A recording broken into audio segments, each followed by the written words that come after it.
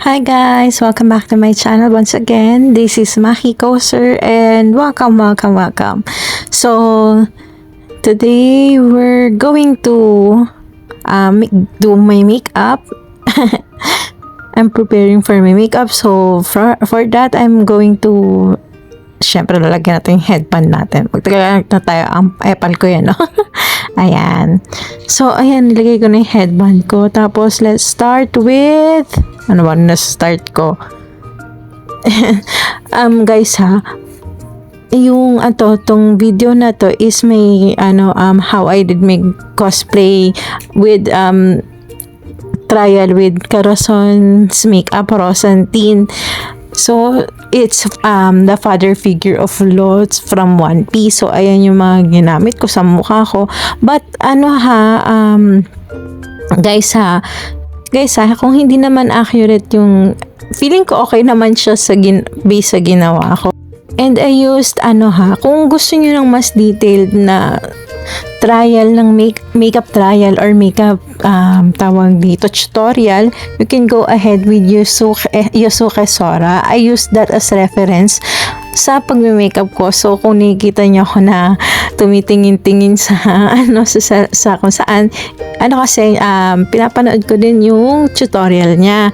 So maganda kasi yung tutorial niya ng Corazon Makeup and I use it as guideline. So I also pagka nagko-cosplay pala ako, I used as nagda-download ako ng mga pictures ng cosplay videos. I mean, nagda-download ako ng mga pictures para may reference ako kung ano yung itsura ng mga cosplay trials or makeup ng ibang, paano yung naging take ng mga ibang cosplayers sa makeup nila. Katulad niyan, si Corazon, ang ginamit kong reference is yung kay Yusuke Sora. So, ayan yung mga ginawa ko. So, itong video na to is kung paano ko lang ginawa yung makeup ko. But then, you can go ahead with Yusuke Sora's video para mas makita nyo kung ano yung mga ginamit niya dun sa pag-makeup niya. So, that's how I did mine. Tapos pala itong video, I'm not gonna maglalagay ng voice over since I want you to see how I did my makeup. Ayan, so, kung nakikita niyo yung pag-makeup ko, at saka pala hindi kasi ako perfect sa pag-eyeliner. So, okay lang yan na magkamali kayo kapag kunyari nagme-makeup kayo na ganyan. Okay lang na kahit paulit-ulit kayo magkamali. Pwede nyo naman kasi makeup ulit yung sarili nyo or kaya pwede nyo namang pwede nyo namang ulit ayusin yung pag-eyeliner nyo or pag-makeup nyo. So, huwag kayong matakot na magkamali sa pag-makeup since pwede nyo naman siyang baguhin ulit or burahin. Kaya, okay lang kung magkaroon kayo ng mga, kunyari, konting miss dun sa makeup nila or sa error nila sa makeup nila. Kasi, pwede nyo namang gawa ng sarili nyong take yung cosplay, yung character na cosplay nyo, kung ano yung gusto nyo maging itsura ng cosplay characters nyo, depende sa inyo yun. Ayan, cat time muna tayo sa aking favorite cat, sa aking baby na si Pokey. Ang kulit kasi yan, kaya ayan siya nangungulit. Ayan, so balik ulit tayo sa video. Ayan, kung makikita nyo, ayan, di ba ang galing ko? First time ko na isang apply lang tapos naging maganda na agad yung pag-eyeliner ko. So, ayan yung mga ginawa ko, pinagagawa ko sa makeup ko. Okay lang naman na hindi kayo super perfect sa pag-makeup. Hindi naman kailangan maging perfect yung makeup natin. Tapos, minsan lagi ako nagkakamali. Kaya okay lang naman na hindi perfect yung take nyo sa cosplay. Kasi, syempre, hindi naman tayo super professional na cosplayer na ang ganda-ganda natin mag-makeup. And hindi naman tayo super galing mag-makeup. Kaya okay lang yan kahit magkamali kayo sa mga pag-paint nyo sa mukha nyo. Ganyan. So, okay lang yan.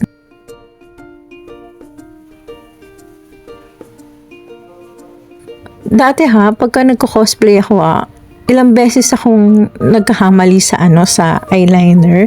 Kaya minsan paulit-ulit ko yung binubura.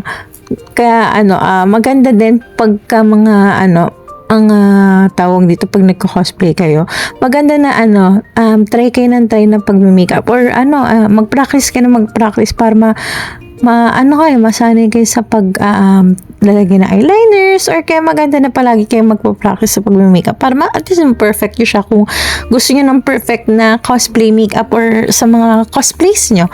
Ayan, so nakita nyo okay na yung pakip moment. So ayan, okay yung makeup ko. Tapos ayan, mag-a-apply ako ng aking primer. Ang ganda na nagpalalagay tayong primer para at least flawless yung labas ng foundation and nung face natin. So maganda yan na maglagay muna tayong primer at least para ma-prep natin yung skin natin for the foundation and all the other products that we're going to use in our face. So I'm using BYS na primer. Okay lang naman kahit anong primer. Meron din sa Shopee na O2O. Yun, try nyo. Or kaya anong sa Everbelena. May mas murang product pa dun sa BYS. I just use that.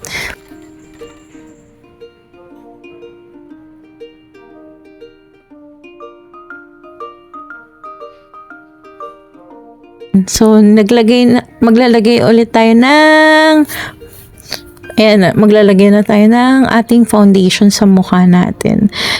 The foundation I use is O2O. O2O. Yan po yung pangalan. Basta ayun na yun. Sa Shopee siya nabili.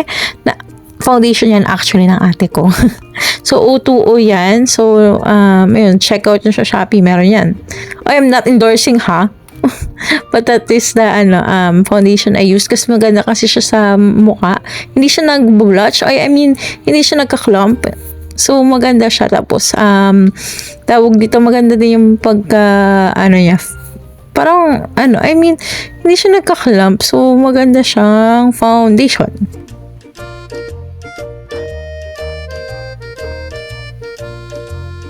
Pansin yun, ang tagal ko. It's because, kung matagal ako nagmi-makeup. It's because I'm not used to, hindi ako perfect sa pagmi-makeup ko. Sabi ko nga, okay lang magkamali sa pagmi-makeup or hindi super perfect yung pagmi-makeup natin. Since okay lang naman, hindi naman tayo super professional. So, okay lang na magkamali tayo. Ayan. So, ayan.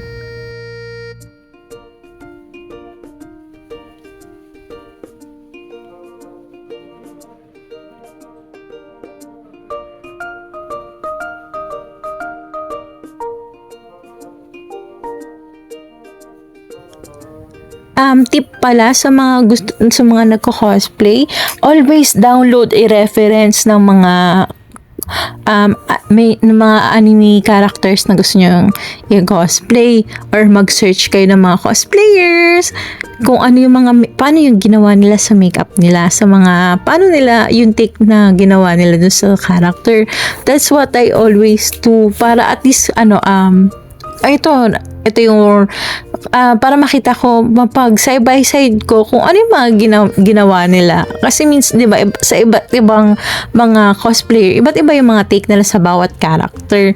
Or kunyari si Corazon, itong cosplayer to, ganito yung ginawa niyang makeup dito. Tapos yung isang cosplayer to, ganito yung ginawa niyang makeup dito. Parang, alam mo, maita mo kung paano yung mga ginawa nilang mga take or paano yung ginawa nilang makeup para at least from there makita mo kung ano yung mga differences at pwede mo siyang ma-adapt or kung ano yung pwede mo siyang gamitin na kung paano mo gagawin yung sarili mong makeup.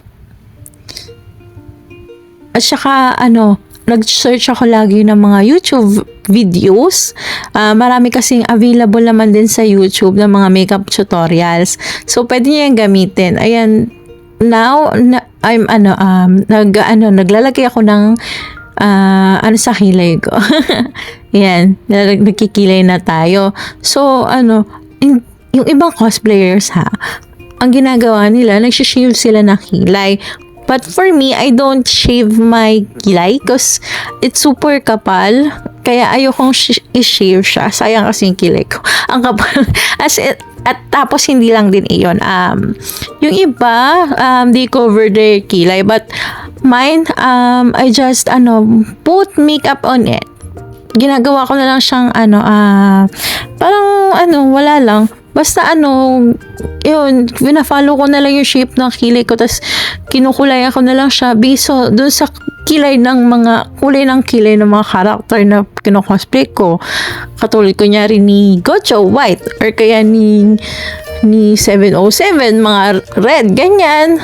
Ayun, hindi ko na siya tinatakpan ng makeup because sobrang kapal kasi nung kilay ko. Pag tinakpan siya, parang nagkaklamp yung makeup doon. Kaya ang ginagawa ko, I just follow the shape of my kilay, tapos kinukulay ko na lang siya ng makeup paint.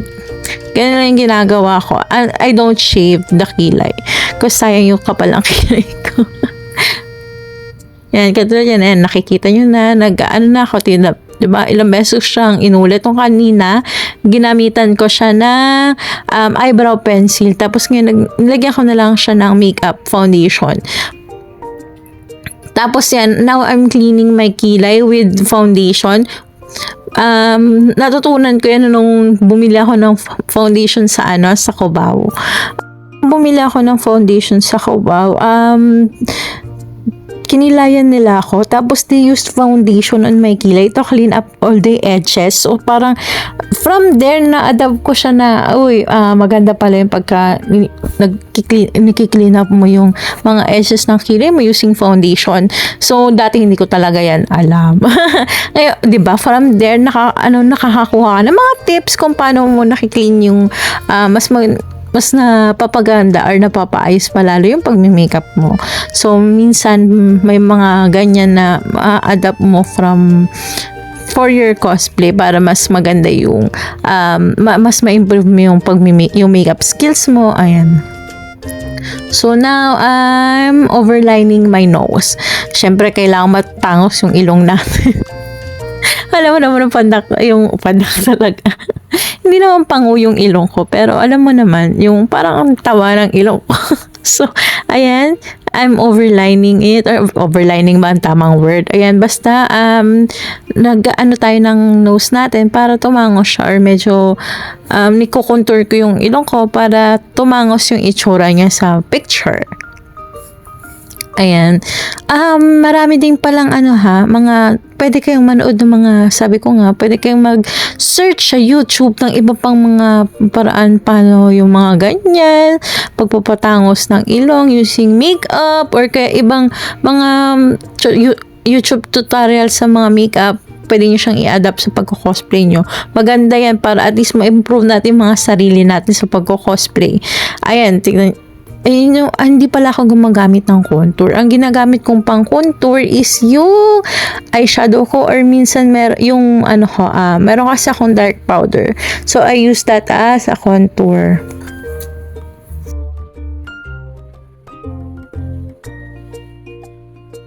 Ayan, mukha na siyang matangos, diba? Okay na yung itsura ng ilong ko. Ayan, so I'm still... Gusto ko kasi ng matangos na ilong para pag nakita niyo sa picture, maganda siyang tignan, or pag nagpicture ka, maganda siyang tignan. So ayan, pinapatangos ko pala yung ilong ko. Pag tumangos siya, matutusok ka na yan. Matutusok ka na yan, charot lang.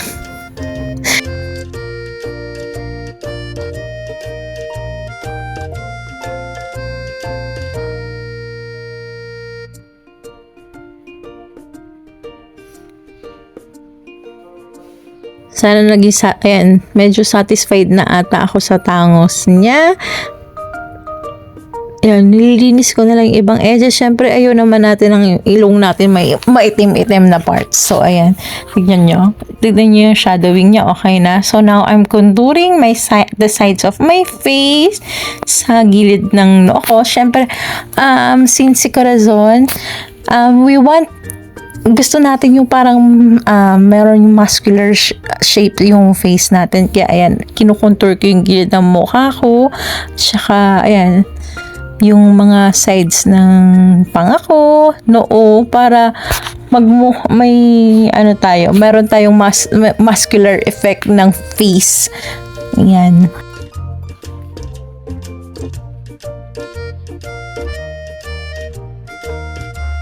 contour lang, contour hanggang sa kinabukasan at para sa kinabukasan natin.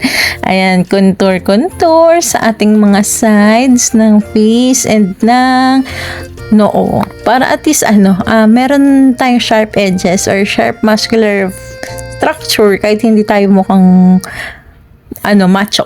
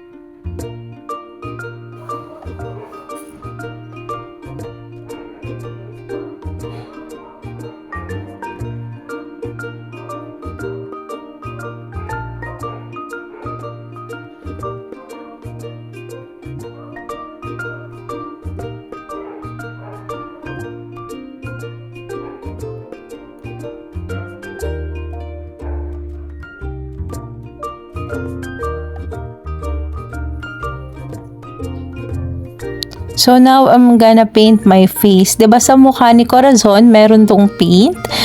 So I'm gonna use my Blight na color blue or dark blue na sa mukha ko. Ayan. I can also use paint. That is non-toxic and safe. Face paint yan. So, pwede din kayong gumamit ng face paint sa pagpipaint ng mark dun sa mukha ni Corazon.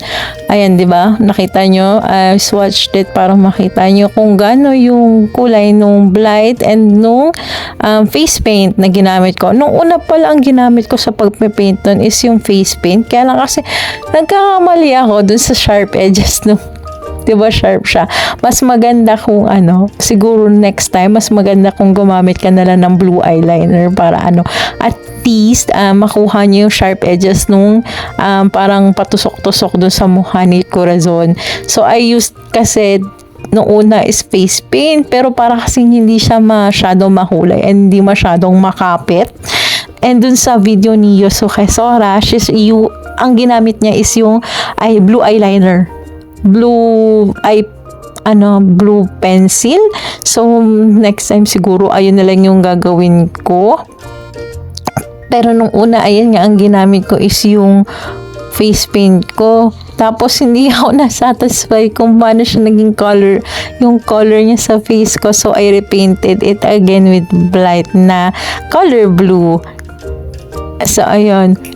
Sabi ko nga, hindi ako perfect na cosplayer. Nagkakamali ako. So, paulit-ulit, nagkakamali rin naman ako sa mga cosplay sa pagme-makeup ko. So, ayan, yung unang ginawa ko pala dyan is ni-trace ko muna siya. Maganda na i-trace nyo muna siya para pag may make-upan nyo na siya ng face paint or kaya nung eyeliner, meron kayong guidelines. Mas maganda na ganun. Or kaya kung magaling naman kayong gumamit ng eyeliner or face paint, diretsuhin nyo na. Pero sa akin kasi, I used nag-outline muna ako sa face ko para may susundan ako kung paano ipipaint yung face ko. Katulad niyan, ayan. So, now I'm painting my face with, face paint. Pero hindi kasi ako talaga na-satisfy ako kung paano siya nag-turn out since parang ang pale niya nung color blue dun sa face ko. Siguro dahil din dun sa foundation. Pero I feel like super pale siya. Kaya ang ginawa ko, inulit ko ulit siya. Sabi ko nga, pwede kayong magkamali sa pagpipaint nyo. Hindi naman tayo nag-a-achieve ng super perfect na makeup or kaya hindi naman tayo super perfect na cosplayer. So, okay lang na magkamali at pwede naman natin siyang ulit-ulitin. So, ayan, tignan mo. Now, I'm using the eyeshadow. So, ayun.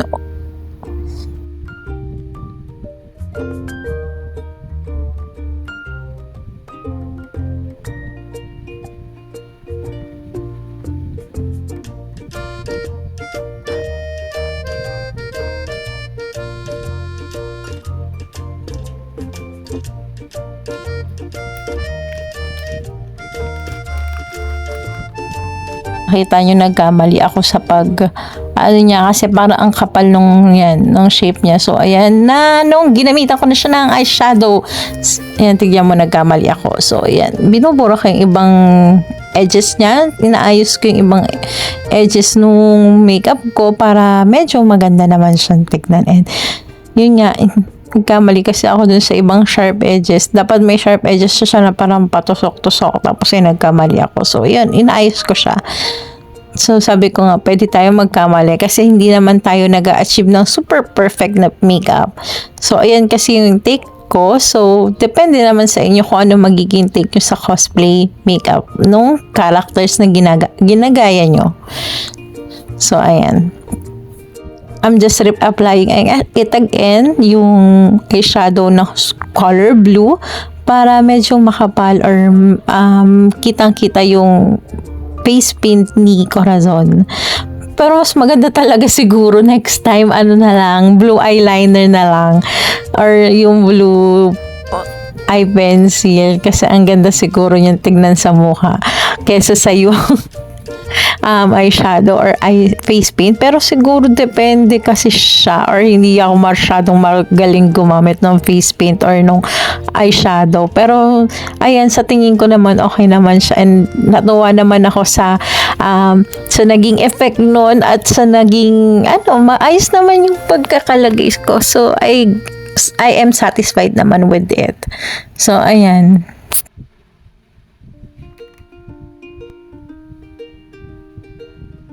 So, ayan, I'm quite satisfied with how it turned out naman. So, okay na yan.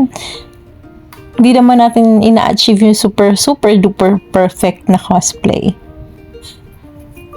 Now, I'm going to apply na yung, diba, parang yung lips niya is parang si Joker na smile. Since he is like a clown, ganyan. So, I'm applying na lipstick to my face lock para dun sa smile ni Corazon. Diba meron siyang yung overlined na lips dun sa niya, sa face niya. So, ayan.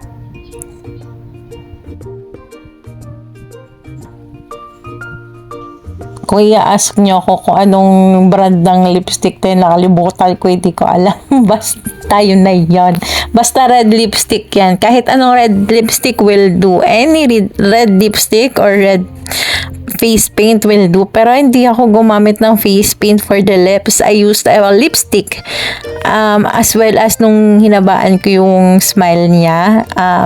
That's all lipstick. So, ayun yung kahit anong red lipstick, pwede naman yan. So, pwede nyo siyang gamitin. Or kaya yung since nag-apply ka ng, or kaya, diba, since red lipstick yung ginamit mo sa lips mo, pwede mo naman nang gamitan ng face paint yung sa gilid ng mukha mo for the sharp edges of the smile. Or kaya, yung eyeshadow, pwede yan. So, in-apply ko sa kabila. Now, I'm going to apply on the other side of my face. Ayan. So, apply. Ayan na. Diba? Sabi ko nga, ayan. I'm just putting another again para medyo makapal yung pag-lipstick natin. Sorry, hindi ko alam kung anong brand yan, ha. Huwag nyo na itanong kung anong brand yung lipstick na ginamit ko. Basta kung anong red lipstick, pwede na yan. Yan, so. And inaayos ko lang ulit siya para medyo maganda at makapal yung pagkaka-red na lipstick ko.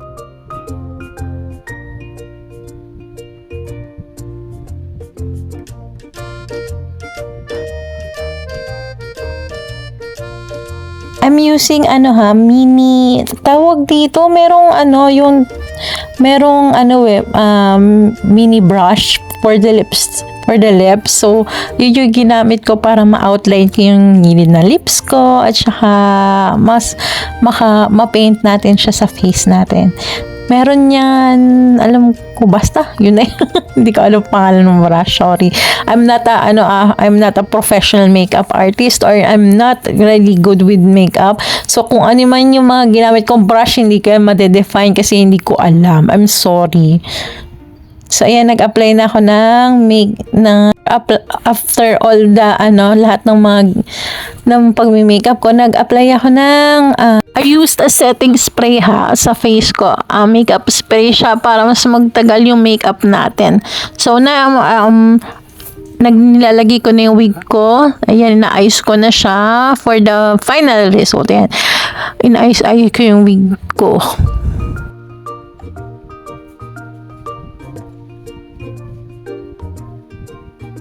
Inayos ko yung wig ko, tapos ang gulo-gulo ng wig ko. Ang tagal na naka-store ng wig ko. Yan. Inayos ko siya siya based dun sa itsura nung itsura ni Corazon. So, sabi ko nga, pwede niyong gamitin lahat ng mga reference ng pictures ng cosplayers para, meron kayong sariling take nyo sa pagbe-makeup nyo. Na I'm applying ulit the setting spray on my face para magtagal yung makeup natin. So, ayan. Ayan yung take ko dun sa buhok ni Corazon and I'm satisfied naman doon. So, okay naman siya para sa akin, ha. Huwag nyo ako i-judge, ha. Ang epal nyo. Charot lang. Ayan.